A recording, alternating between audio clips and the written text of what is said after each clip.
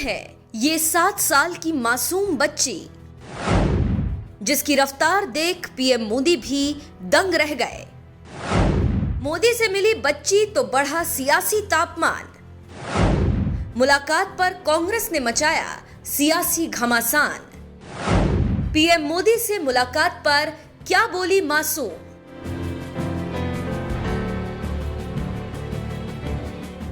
देश के प्रधानमंत्री नरेंद्र मोदी और गृह मंत्री अमित शाह की जन्मभूमि गुजरात में होने वाले विधानसभा चुनाव को लेकर इस वक्त सियासत जोरों पर है। देश के प्रधानमंत्री नरेंद्र मोदी खुद अपने गृह राज्य गुजरात में पिछले कई दिनों से धुआंधार चुनाव प्रचार कर रहे हैं। महज 48 घंटे में ही ताबड़तोड़ 8 रैलियां करके पीएम मोदी ने तो जैसे सियासी गदर मचा दिया।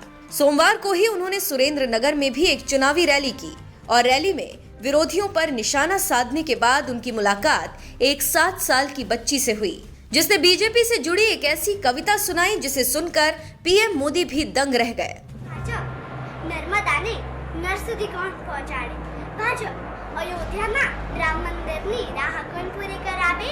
इन दिनों गुजरात में धुआंधार चुनाव प्रचार कर रहे पीएम मोदी ने दरअसल सोमवार को सुरेंद्र नगर में एक रैली की थी और चुनावी रैली के बाद पीएम मोदी की एक वीडियो वायरल हुई जिसमें वो 7 साल की बच्ची के साथ नजर आ रहे हैं। ये 7 साल की बच्ची कोई और नहीं आद्या है, जो तेज रफ्तार से और बड़े ही आत्मविश्वास के साथ बीजेपी के समर्थन में कविता पढ़ रही है और पीएम मोदी बड़े आराम से बैठकर उस बच्ची की कविता सुन रहे हैं।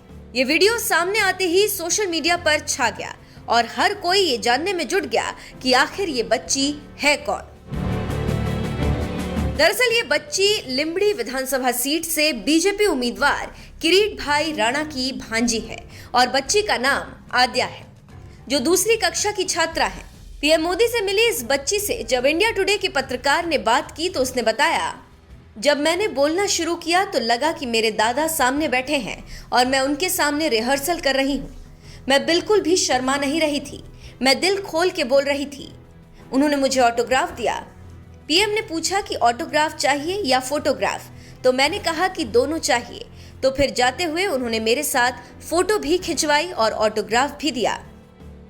मासूम बच्ची से जब पूछा गया कि उन्होंने बीजेपी से जुड़ी कविता क्यों याद की, तो 7 साल की आद्या ने बताया कि उन्हें बीजेपी बहुत पसंद है। मोदी और आद्या की मुलाकात से कांग्रेस को ऐतराज। आद्या का परिवार बीजेपी से जुड़ा है, इसीलिए उसने बीजेपी से जुड़ी कविता पीएम मोदी को सुनाई।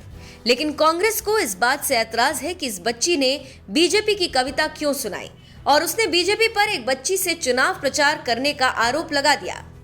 कांग्रेस प्रवक्ता सुप्रिया श्रीनेत ने राष्ट्रीय बाल अधिकार संरक्षण आयोग यानी एनसीपीसीआर के प्रमुख प्रियांक कानूनगो को निशाने पर लेते हुए पूछा, आप कौन सी कुंभकर्ण की नींद सो रहे हैं? कहां छुपे बैठे हैं? किसका डर है? आज बीजेपी एक मासूम बच्ची को पीएम मोदी के बगल में खड़ा कर चुनाव प्रचार करवा रही है और प्रियांक कानूनगो सो गए हैं। प्रियांक कानूनगो नाम के एक व्यक्ति हैं जो NCPCR the national commission for protection of child rights के हेड हैं, जो शाखा से ट्रेनिंग लेकर आए हैं। और जब गैर राजनीतिक यात्रा में बच्चे ललक के राहुल जी के साथ आ रहे थे और ना राजनीति की कोई बात हो रही थी ना वोट की कोई बात हो रही थी, तो उन्होंने बड़े तगड़े से इलेक्शन कमीशन को चिट्ठी लिखी थी और इलेक्शन कमीशन ने फिर उसको उनके बोला, ये हमारा अधिकार क्षेत्र नहीं, आपको जो करना है इस पे करिए। आप मुंह की खानी पड़ी थी। प्रियांक कानूनगो आज कौन सी कुंभकर्ण की नींद सो रहे हैं, ये हम जानना चाहते हैं। एक छोटी सी बच्ची को वोट मांगने के लिए उकसाया जा रहा है और वो वहां पर प्रधानमंत्री के बगल में खड़े होकर विशुद्ध राजनीतिक काम उससे कराया जा रहा है। और प्रियांक कानूनगो कहीं खोते से लग रहे हैं, कहीं सो गए, किस खो में घुस गए? क्या उनके अंदर दम नहीं है? क्या उनको डर लग रहा है या आंखों पे पट्टी बांध ली है? ये अपने आप में एक सवाल है। लेकिन ये होता है अब्यूज ऑफ चिल्ड्रन कि उनको विशुद्ध राजनीतिक कारणों के लिए रैली में वोट मांगने के लिए आप इस्तेमाल कर रहे हैं। ये है अब्यूज ऑफ चाइल्ड राइट्स। इस पर एनसीपीसीआर को जगना चाहिए। लेकिन आंखों पर पट्टी तो ऐसी बंधी है और कुंभकर्ण की नींद ऐसी सोए प्रियांक कानूनगो जी कि अभी ट्विटर पर दिख नहीं रहे हैं। कांग्रेस के दिग्गज नेता और सांसद जयराम रमेश ने भी पीएम मोदी और बच्ची की मुलाकात वाली वीडियो पर सवाल उठाते हुए कहा, प्रधानमंत्री द्वारा छोटे बच्चे का इस्तेमाल चुनाव प्रचार के लिए किया जा रहा है। ये कानून का खुला उल्लंघन है। चुनाव आयोग कहाँ है? राष्ट्रीय बाल अधिकार संरक्षण आयोग कहाँ है?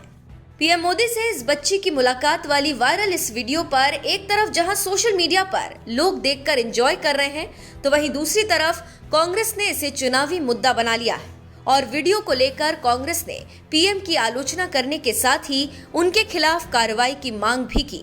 बहरहाल इस वीडियो पर जिस तरह से कांग्रेस सवाल उठा रही है, उस पर आपका क्या कहना है? अपनी राय में कमेंट कर जरूर बताएं। साथ ही आइए आपको वो वीडियो दिखाते हैं जिसकी वजह से कांग्रेस बुरी तरह से चिढ़ी हुई है।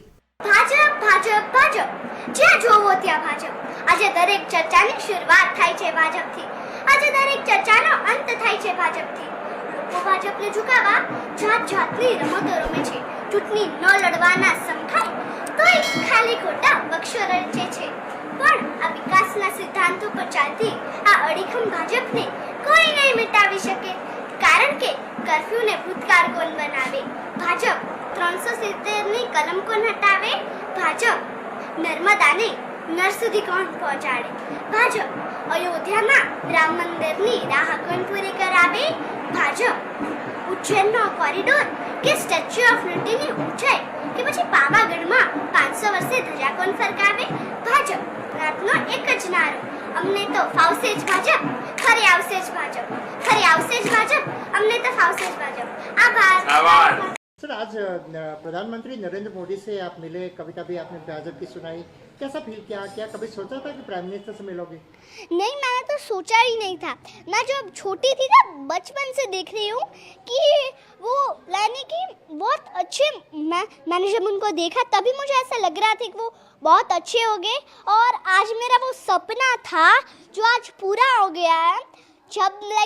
जब मैं गई उनके रूम में तब मुझे एहसास ही नहीं, मतलब मुझे ऐसा लग रहा था ये मेरा सपना है कि मैं प्राइम मिनिस्टर यानी कि मोदी जी से मिल रही हूँ और मुझे तो विश्वास ही नहीं हो रहा था। मुझे ऐसा ही लग रहा था ये एक सपना और मैं बहुत ही खुश थी तब।